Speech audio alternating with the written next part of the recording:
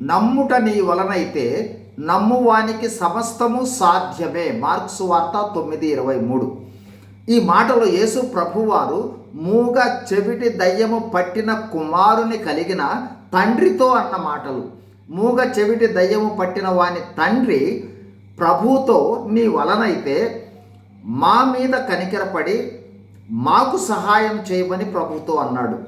అతడు అడిగిన సహాయము తన కుమారుని, మూగ చెవిటి దయ్యము పట్టిన తన కుమారునికి స్వస్థత.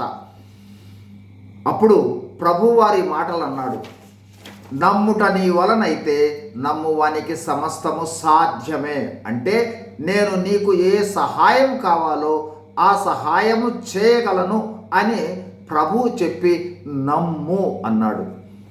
అయితే ఆ తండ్రి ప్రభువుతో అన్నది, అపనమ్మిక లేకుండా నాకు సహాయము చేయండి ప్రభువా అని అడిగాడు. అంటే నమ్మికనిచ్చేది కూడా ప్రభువే, స్వస్థపరిచేది ప్రభువే. ఏ సహాయం కావాలంటే ఆ సహాయము, ఏ మేరకు కావాలంటే ఆ మేరకు, ఎప్పుడు కావాలో అప్పుడు చేయగలడు ప్రభువు. ఎందుకంటే యేసు ప్రభు దేవుడు. ఆ తండ్రికి విశ్వాసమునిచ్చుటతో పాటు కుమారుణ్ణి కూడా స్వస్థపరిచాడు. అలాగే గుడ్డి బర్తిమయికు చూపునిచ్చాడు.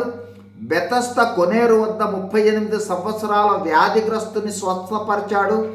5 రొట్టెలు చిన్న చేపలను 5,000 మందికి పంచిపెట్టాడు.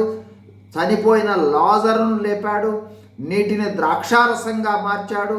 సముద్రంపై గాలి తుఫాను అణచాడు. రక్తస్రావం గల స్త్రీని స్వస్థపరిచాడు. అనేక ఆశ్చర్య అద్భుత కార్యాలు ఈ లోకంలో ఉండగా చేశాడు ప్రభువు. ప్రియమైన దేవుని బిడ్డ, దేవుడు మాట్లాడుతూ ఉన్నాడు.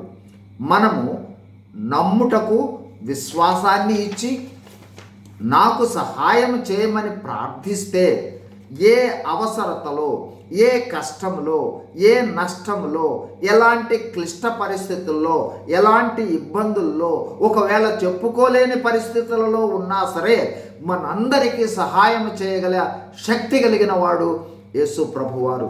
అంతకు మించి ప్రభువా నీ రక్షణను నాకు దయచేయమని ప్రార్థిస్తే మన ప్రస్తుత అవసరత తీర్చుటతో పాటు పాప క్షమాపణ, రక్షణను ఇచ్చి మనలోనికి వచ్చి మనకు జీవితాంతము తోడుగా ఉండి భద్రపరచి తన 2వ రాకడలో మనలను తనతో తీసుకుని వెళ్ళి నిరంతరము ప్రభుతో ఉండే ధన్యతనిస్తాడు. God bless you. Thank you.